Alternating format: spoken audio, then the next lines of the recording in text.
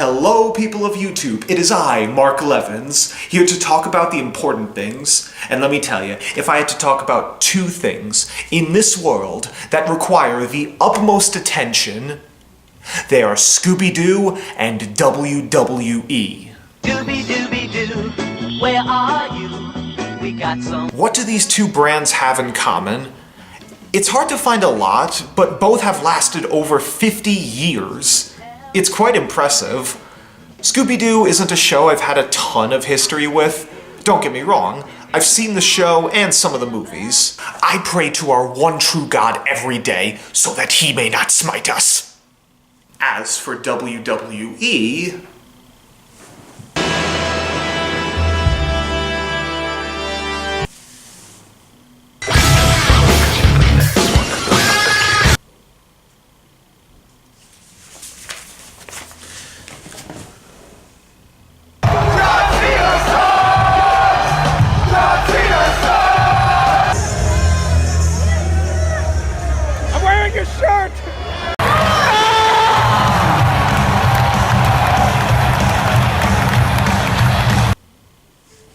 we've had quite the history.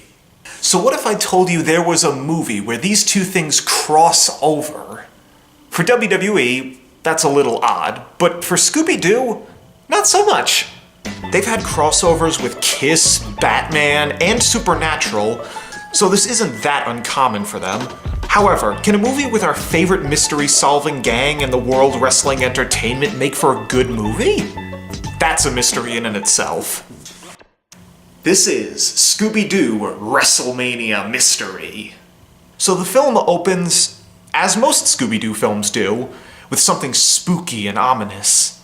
We see Kane walking down the road to WWE City. I have so many questions, and I know none of them are going to get answered. Anyways, he runs into the Miz going on a jog. I guess he didn't see the lightning. Miz is safe from Kane, but not from a bear. A fire bear? A monster bear. A monster fire bear. Miz tries to run, but the bear catches up to him. Oh, he's dead. We then see that Shaggy and Scooby are very big fans of WWE, something they have never discussed or mentioned at any point. But now that they have, I wonder, has Shaggy ever, reenacted any of the promos? That's something I want to see. You talk about your Psalms in your John 3:16. Shaggy 3:16 says I just whipped your ass. I'd like to think this company will be better after Fred is dead, but the fact is it's just gonna go to Daphne or Velma and that stupid dog. This right here is the future of Mystery Inc. You can call us the Shaggy World Order! So anyways, Shaggy and Scooby are playing a wrestling game with motion censoring. What? Okay, the WWE City stuff was hard enough to believe, but there's a wrestling game with motion censoring that is 100% accurate. I don't know which is harder to believe. So Scooby wins the game and ends up getting ringside seats at Wrestlemania. Don't miss it. Okay. They try to convince the rest of the gang to go, but Fred, Daphne, and Velma don't really want to, which I appreciate. Not everyone's a wrestling fan, and I'm happy that this movie acknowledges it. Shaggy and Scooby convince them to go by guilt-tripping them with all the times they've been a pawn in their traps. Admittedly, that's actually kind of funny. Scooby-Doo almost got milked. It was so humiliating. The gang heads on out, but they run into trouble along the way. Here we meet Cookie, his nephew Ruben, and John Cena! Cena helps the gang out, but they again run into trouble. Here we meet Bayard. Bayard is the scariest thing in this movie, even more so than the bear. His design, his voice, and the fact that he's the only character who owns and shoots a gun makes him infinitely more creepy than anything else. He's even voiced by Corey Burton, who's done voices for franchises like Transformers, Star Wars, and Disney. 'Cause there's a storm a-comin', and we're gonna watch it blow you all out of here like dead leaves. Too bad he's absolutely pointless. Yeah, despite his coolness factor, he doesn't really do much in this film. So what was even the point in bringing him in? Anyways, the gang attends a live event at WWE City. Still can't get over that. We do get a small glimpse of most of the businesses that make up the city. Everything's kind of what you'd expect, but my favorite is Tombstone Tacos, as if to say the scariest person in WWE runs a Mexican restaurant in his spare time. Would you like some extra guacamole with your chips? Reposer and pause. The live event is really the only time we get to see people wrestling, which doesn't really make sense for a wrestling movie. The Big Show and Alberto Del Rio are up against Sin Cara and John Cena. W! Best moves ever! Dang it, Frank, we've done this 1,000 times. Yeah, why do you think we came to a live event with our shirts off? Sorry guys, I think everyone's staring at me. I didn't want all this attention. Like the end for Cena, but somehow Cena reverses. He's got Big Show up. Oh no! Look out!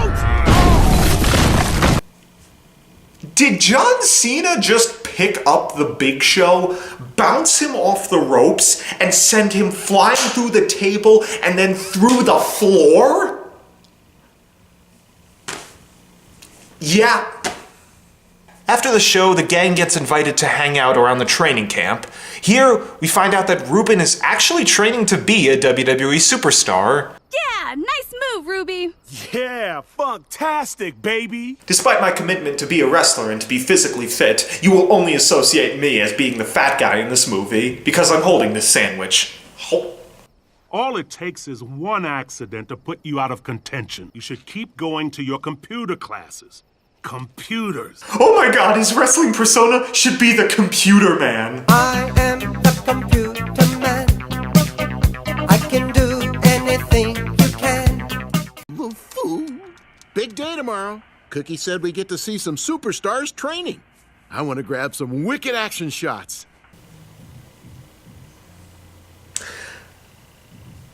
Fred sleeps on the couch while the dog gets the entire bed to himself. Somehow, that's even weirder than everything else that's happened! Speaking of weird, Scooby has a dream of him fighting anthropomorphic food, or maybe he just took some of Shaggy's weed. The ghost bear then attacks the training camp. Time to call your mama.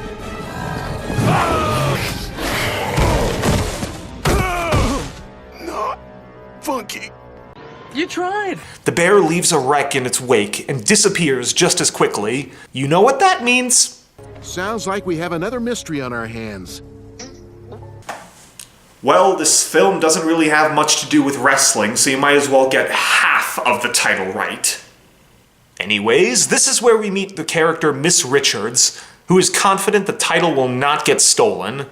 Not only is it worth a fortune, but WrestleMania wouldn't be the same without it. Oh god, not WrestleMania. Please, we already have one dog that talks and wrestles. We don't need two. So we finally find out about the backstory of the Ghost Bear, as told to us by masked wrestler Sin Cara. He tells his story through his luchador moves that John Cena can translate. I don't know if that's hilarious or just weird. So apparently there was this bear who was unbeaten in wrestling matches until he was defeated. So he vowed to get revenge and... Wait. Bears? Wrestling? Oh god, this is Knucklehead. Please, I'll watch WrestleMania 1,000 times. Just please don't show me Knucklehead. So at this point I realized that of the wrestlers featured in this movie, only two of them, Cena and Sin Cara, actually do anything. The rest are either punching bags or maybe the slightest bit of help to the mystery gang. Most of the time it's just them sitting around talking.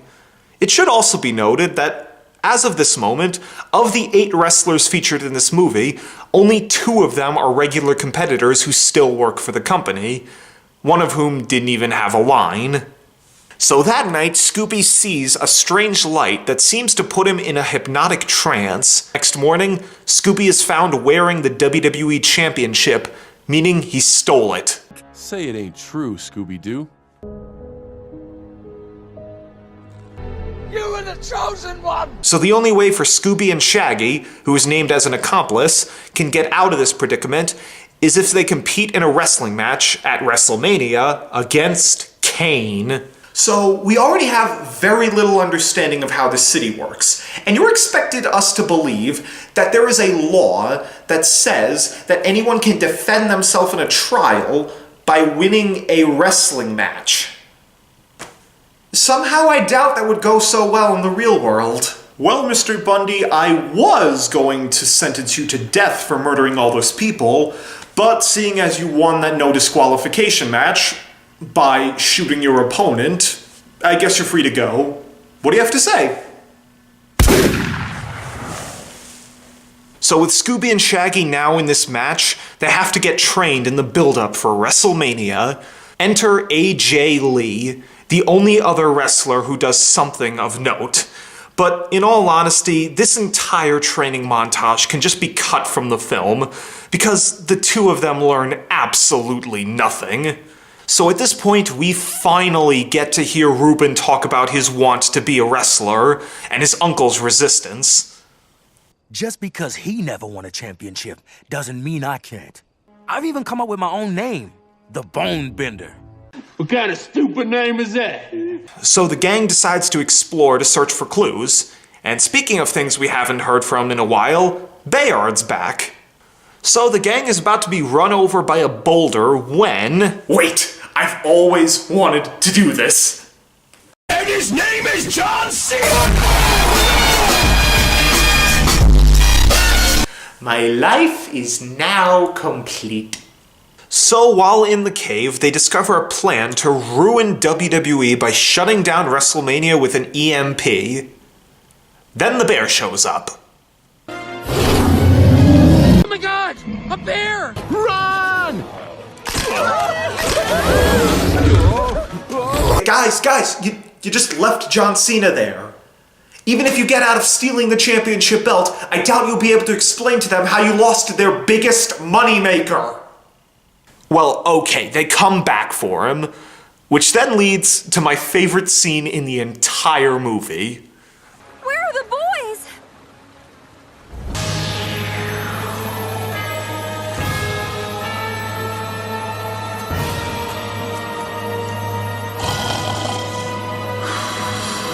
Wait. I know it would make the scene even better. I am awaited in Valhalla! I'm a big Mad Max fan, what can I say? So they escape, but they lose the evidence, so the match is still on. We'll have to cancel the show.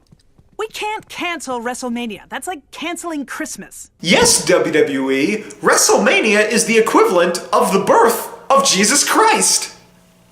That's exactly what people think.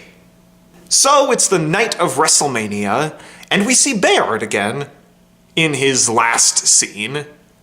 We didn't even get the name of his raccoon. So Scooby and Shaggy's match is still on, and none of the fans question how this match is even happening. Or at least, we don't see any. Dude, why are they putting on a match that was never advertised for the show? This is WrestleMania! Yeah, I know. I mean, who are these 2 guys? And is that a dog? Why would they put a dog in a wrestling match?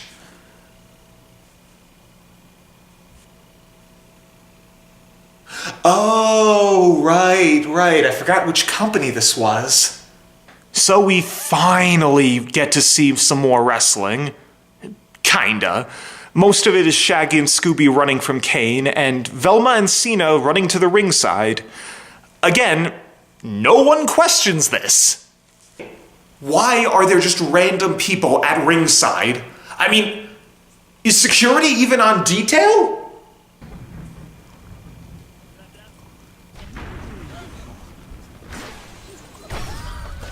Nice move, nice move.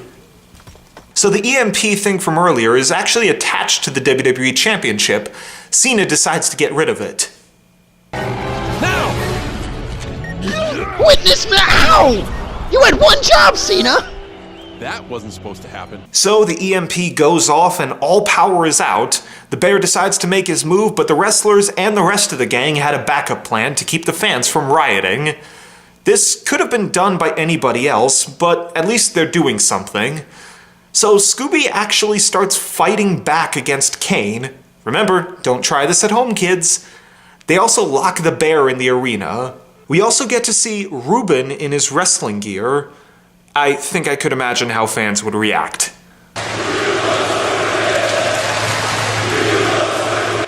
So the bear and Ruben get roped into the match as a steel cage is lowered, trapping all the men and bear inside. All of them fight and start to wear down the bear.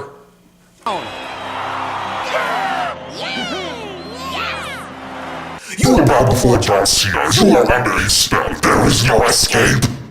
All the wrestlers finally have the bear pinned down, leaving Scooby to deliver the final blow. And the ring is broken. WrestleMania is cancelled after only one match. I'm sure fans are thrilled. You know, this was actually the WrestleMania where CM Punk was supposed to return, but after the rest of the matches were cancelled, he changed his mind.